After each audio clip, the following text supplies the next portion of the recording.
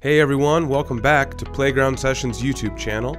I'm Phil, and today I'm going to be showing you a classical masterpiece, just one excerpt of Debussy's piece called Clair De Lune.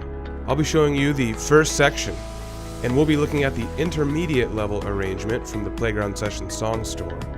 So what you're going to be learning today with me sounds a little something like this.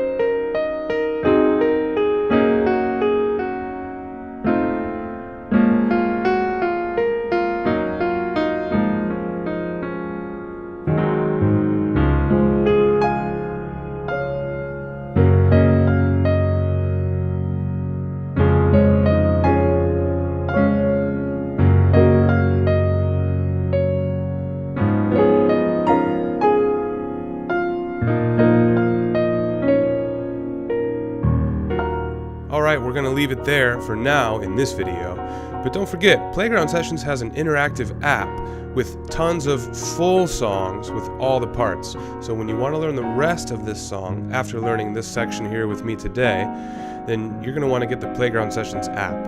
And right now we're offering a 30-day free trial where you can have all access to the app, no strings attached. Cancel anytime, and in your 30 days you can try everything. The app has interactivity and a bunch of awesome gaming features. I know you guys will love the app. So check that out by clicking the link in this video description or by tapping that card right there above. Alright, well let's break this section down here. Let's get started in this video with the right hand melody first. First, we need to take a look at our key signature and our time signature. The key signature for this is 5 flats. B flat, E flat, A flat, D flat, and G flat.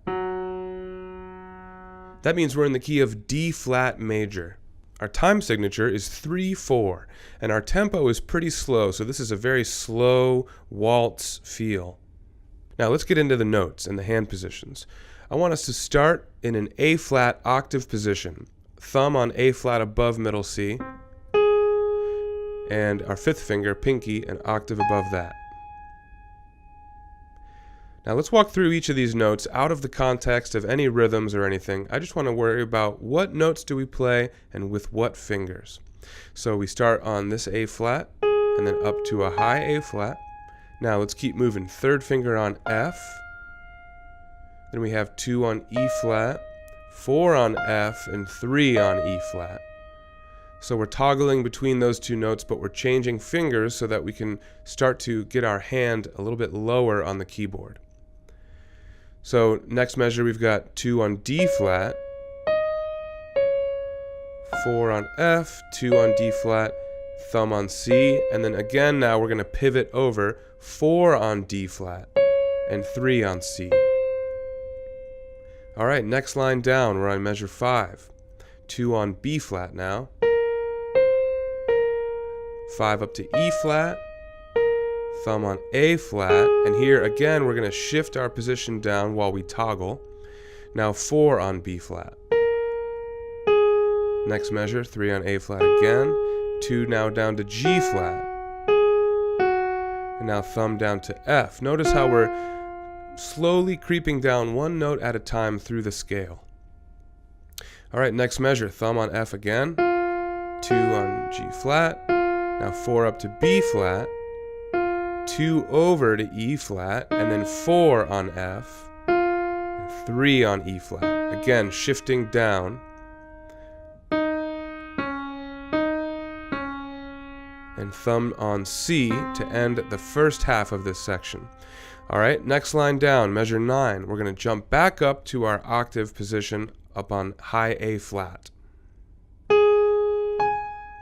3 to F again.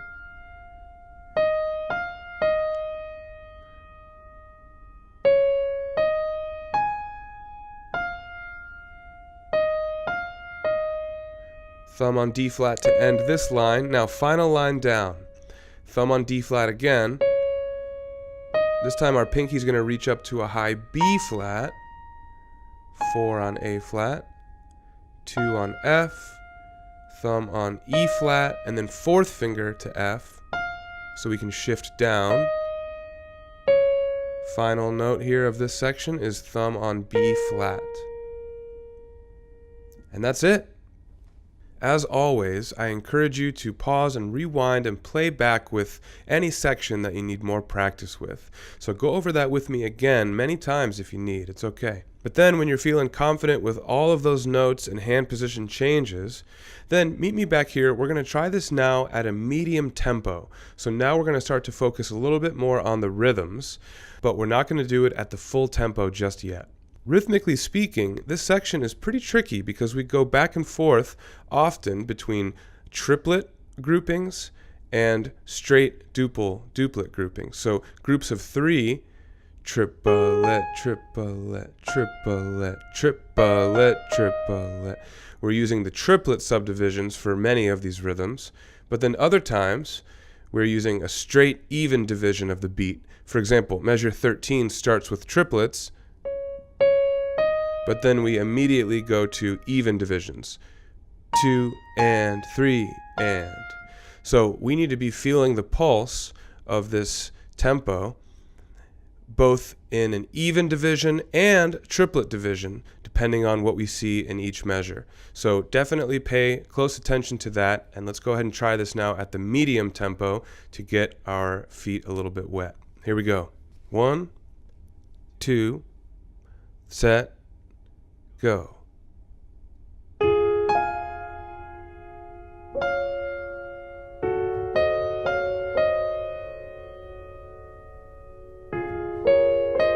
Even beats now. Back to triplets.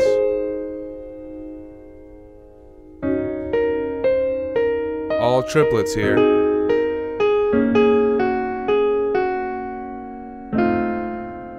Still triplets.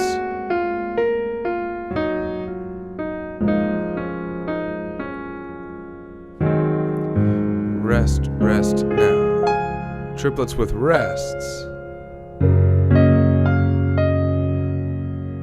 Keep the triplet feel going.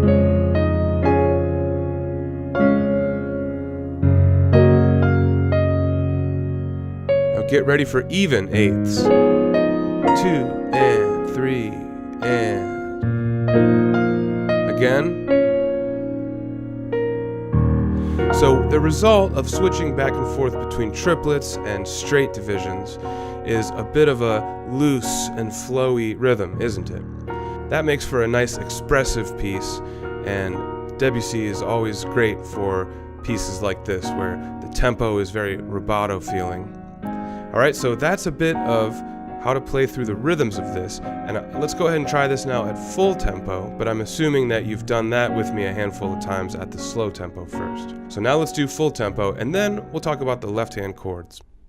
1, 2, go.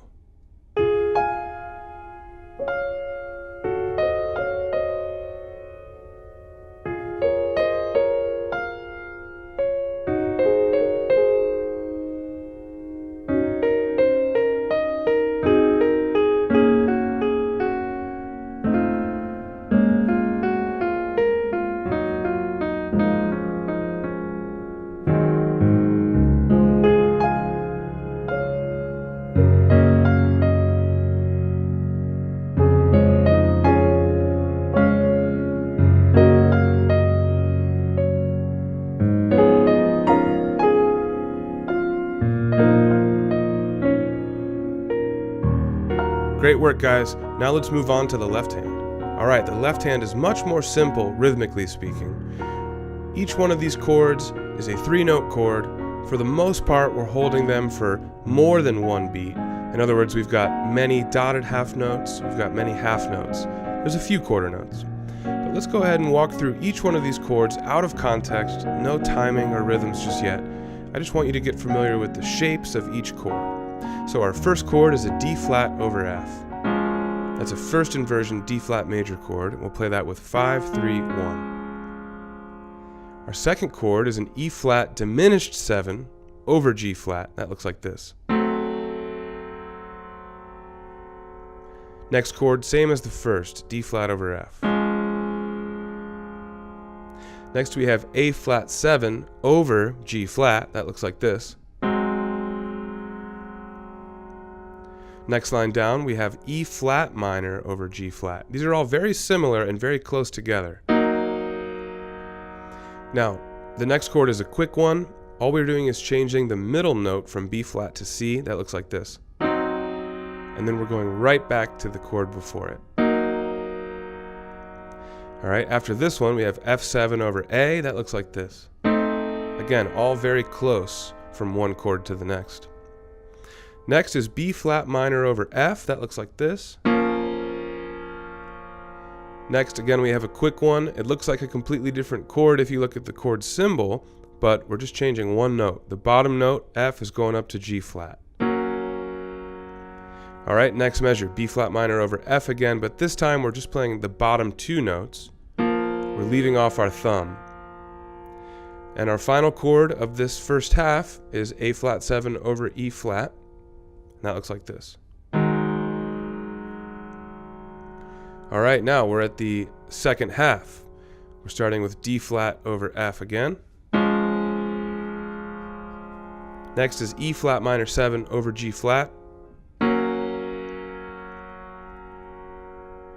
Now we're going to toggle back and forth. We're going back to D flat over F again, and then back again to the chord before it. Now our final line down, we've got two more chords. D flat 7 over F. So now we've got a C flat in our chord. This chord looks like this. And finally, a B flat sus over F looks like this. So the beauty of using chord inversions, we've got a lot of chord inversions in this section, is that all of our chords can be very close to one another, so our hand doesn't have to jump around the keyboard. The downside can be that the chord shapes from one to the next are not very similar, so you've got a lot of different kinds of shapes to get used to. But once you learn them, you'll see that it's much easier playing them close together with inversions. So go through that walkthrough with me again if you need by pausing, rewinding, and playing back. But when you're feeling ready, let's pick it back up right here. We'll do the left hand now at a medium tempo. 1, 2, 3.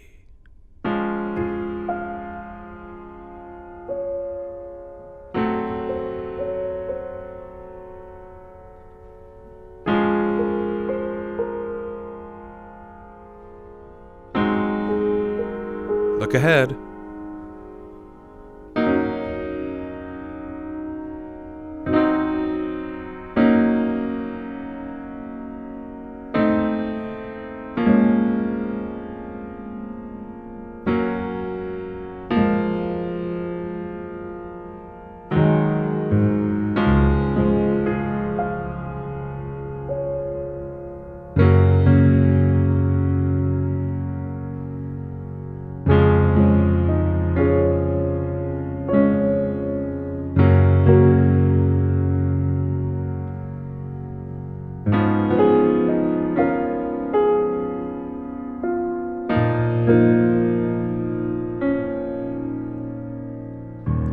Alright guys, I'm going to keep it moving. We're going to try the left hand at full tempo now. Here we go.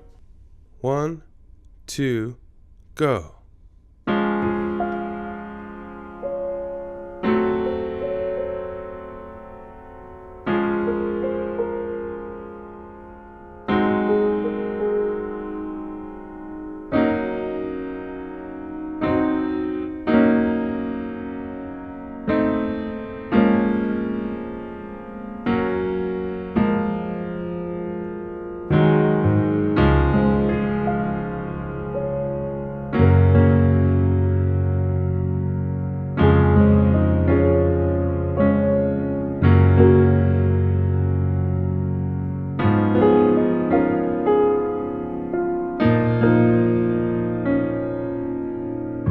Okay guys, let's keep moving. We got one more step left, and that's to put these hands together.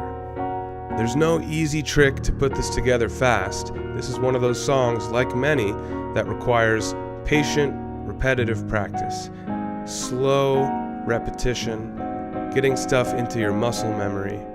so that you can put some things on autopilot while you decide where to put your attention. Once you've done a lot of practice out of time, figuring out where the hands play at the same time and when they play separately, then it's time to try this now with me at a medium tempo, hands together.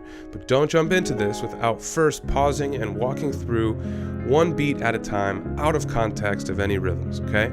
Try that first. But then meet me back here. Now we're going to try this at a medium tempo with the hands together.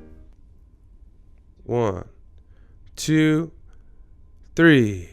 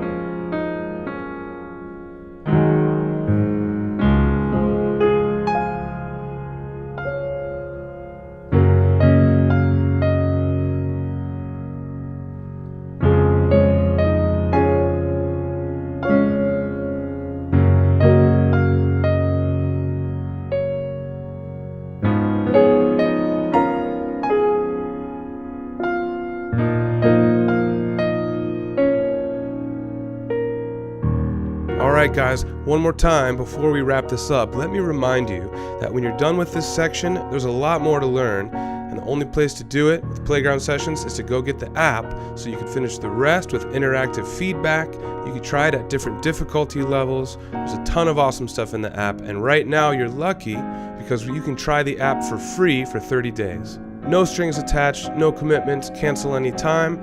For 30 days, you can try the app just like a paid member with all access.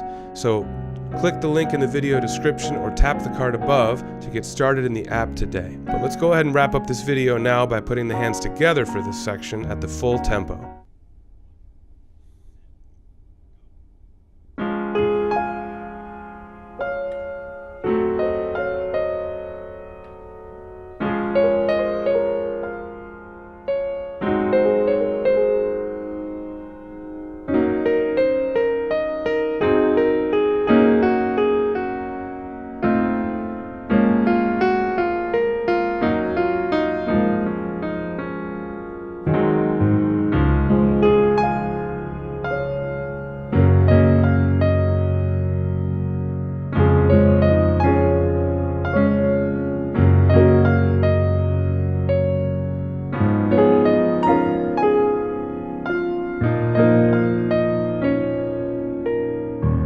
Awesome job. What a beautiful song, and you guys are playing it. Great work.